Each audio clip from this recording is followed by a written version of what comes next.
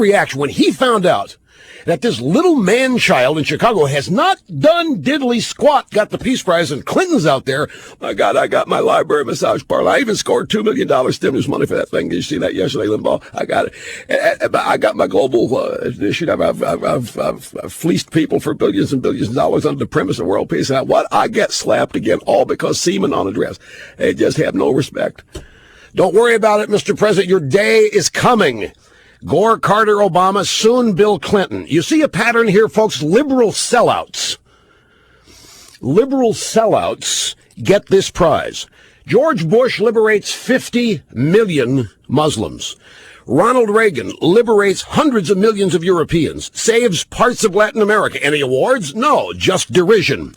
Obama gives speeches trashing his own country, and he gets a prize for it. This actually makes total sense when you look at who the Nobel people are, these elite Norwegians, Europeans.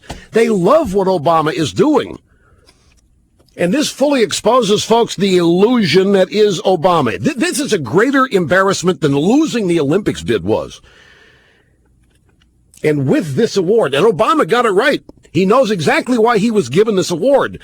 The elites of the world are urging him, a man of peace, to not do the surge in Afghanistan. They are urging him not to take on Iran. That's what this, if you want to get serious about it for a minute, is what this is really all about. How can he now send 40,000 more troops to Afghanistan after that cotton candy speech he just gave this morning, of which we have sickening sound bites that I am going to make you listen to? Because I have to listen to them, you do too. None of you will be allowed to turn off the radio. None of you will be allowed to change stations.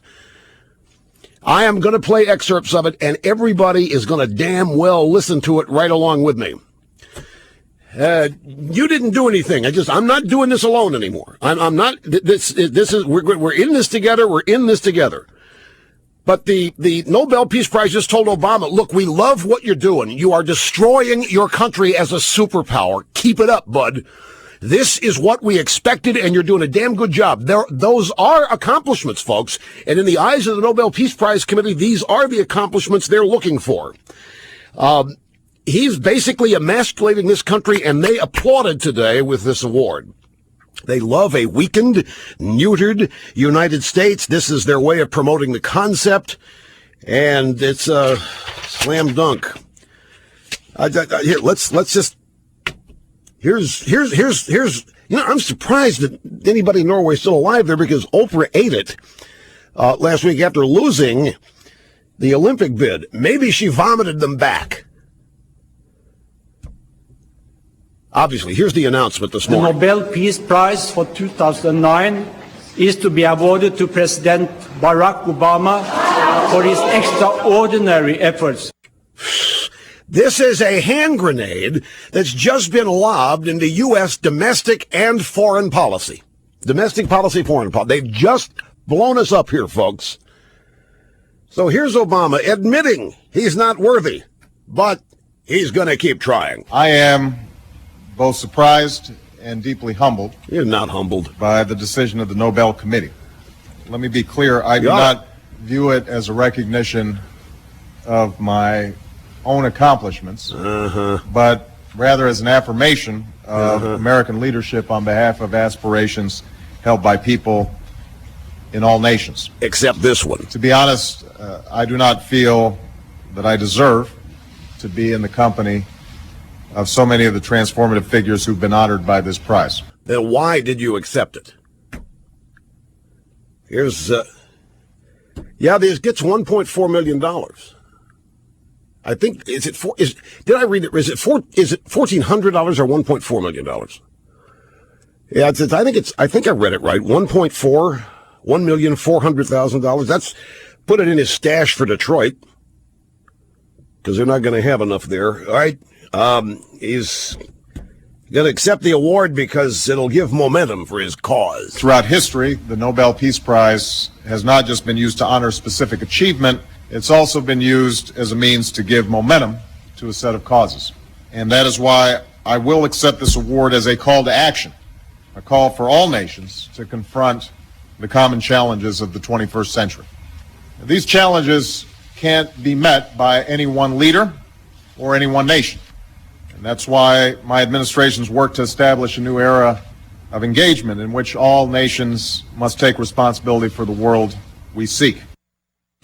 By the way, they got hold of Obama's family over there at the in the Hut village somewhere in Kenya, and they one of the family members was coming back with a day's water supply from the lake. It's 3 miles away.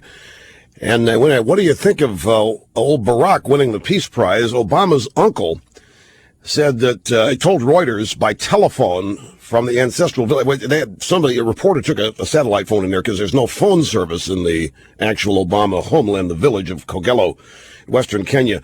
They said it's humbling for us as a family, and we share in Barack's honor. We congratulate. I think Obama's the second Kenyan to win the prize. I think that I've lost my place in the audio. So, was that it? Was that the last of Obama? Was that soundbite?